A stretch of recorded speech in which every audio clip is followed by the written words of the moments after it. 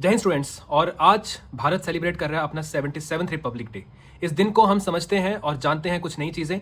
अक्सर हम कंफ्यूज हो जाते हैं कि इंडिपेंडेंस डे और रिपब्लिक डे जब दोनों ही ऐसे दिन हैं जब हम सबको हमारी देशभक्ति याद दिलाई जाती है, तो इन दोनों दिनों में फ़र्क क्या है। तो स्टूडेंट, जब हम बात करते हैं 15 अगस्त की, जो कि हमारा इंडिपेंडेंस डे यानी कि हमारा स्वतंत्रता दिवस है, तो उस दिन जो अंग्रेज़ हैं जिन्होंने हम पे 190 साल तक प्रिसाइजली रूल किया था, वो भारत को छोड़ के चले गए थे और जो भारत की कमान है वो भारत के हाथों में आ गई थी। लेकिन भारत अभी भी एक ऐसा देश था जिसकी जो बुनियाद थी वो नहीं रखी गई थी, और किसी भी देश की जो बुनियाद होती है वो उसका संविधान होता है।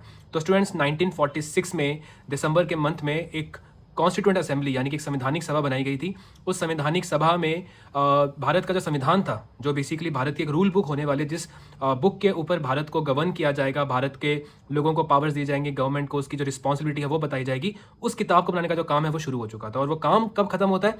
वो काम एक्चुअल में खत्म होता है 26 नवंबर 1949 में। यानी कि भारत का जो संविधान है वो 26 नवंबर 1949 में बनकर तैयार हो गया था, लेकिन उसको लागू किया गया 26 जनवरी 1950 में। और इसीलिए ये जो दिन था जब हमारा भारत का संविधान लागू हो गया, यानी कि उसमें लिखी हुई बातें अब अमल में आ गई, उस दिन को हम सेलिब्रेट करते हैं एज अ रिपब्लिक डे। एक छोटी सी जानकारी और है जो आपको मैं देना चाहूंगा इन दो दिनों के बारे में।